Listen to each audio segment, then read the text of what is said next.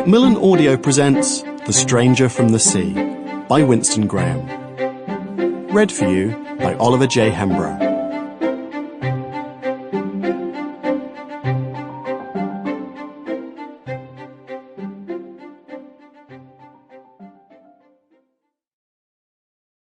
Book 1, Chapter 1.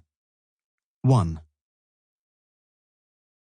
On Thursday, the 25th of October, 1810, a windy day with the first autumnal leaves floating down over the parks and commons of England, the old king went mad. It was an event of consequence not only to the country, but to the world. Among those it directly affected were 4 Cornishmen, a merchant, a soldier, a diplomat, and a doctor. Of course, it was not the first time. 22 years earlier, he had gone insane for a long enough period to bring the legislative affairs of the country to a standstill. Again, in 1801 and in 1804, there had been short periods of aberration, enough to give rise to anxiety on the part of his doctors and his ministers. To begin with, this latest attack seemed little different from the others, except that he was older and nearly blind, and that his favourite daughter was dying. The first symptom was that he began to talk. All through the day, non-stop, and most of the night too. 1 sentence in 5 was rational. The rest were irrelevancies, strung together like rags on a kite, blowing as the wind took them. He addressed his sons. Those who, like Octavius, were dead, he thought alive. Those who were alive, and there were many of them, he thought dead. He laughed aloud and crawled under the sofa, and was brought out with the greatest difficulty.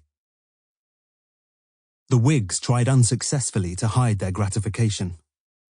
The Prince of Wales was devotedly of their party, and if he became regent, he would at once dismiss the Tory mediocrities who had clung to office for so many years.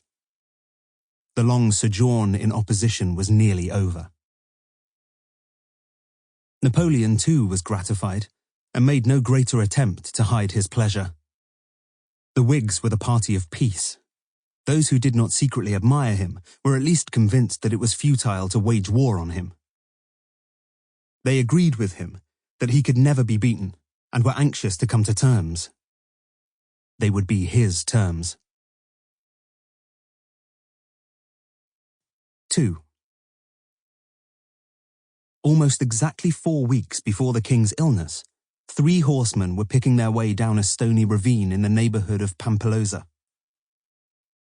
The second in line was a middle-aged man, tall, good-looking if a little gaunt, wearing a riding habit and a cloak of good quality but well worn and of no particular nationality.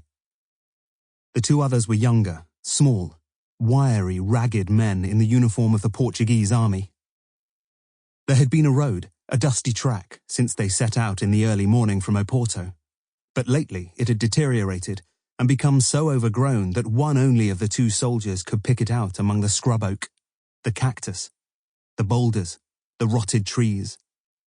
He led the way. As dusk began to fall, the older man said in English to the man behind, "How much farther?" There was talk between the soldiers. "Garcia says the convent of Basaco should be but 3 leagues or so distant now, senor." "Will he find it in the dark?" "He has never been there, but there should be lights." "If it has not been evacuated, like all else?" "At the request of your general, senor." They rode on, the small sturdy horses slipping and sliding down the rough descent. All the way, they had come across deserted farmhouses, burnt crops, dead animals, overturned ox carts, the trail of evacuation and destruction. There had been corpses too, teeming with flies, usually old people who had collapsed in flight. But it was clear that the countryside was not as deserted as it seemed. Here and there foliage stirred, figures appeared and disappeared among the olive trees. Several times shots had been fired, and once at least the balls had flown near enough for discomfort. The peasants were fleeing from the invader, but many of the men were staying behind to harass him as best they could. The ordinanza, or militiamen, were also in evidence, in woolen caps, short brown cloaks and threadbare breeches. Sample complete. Ready to continue?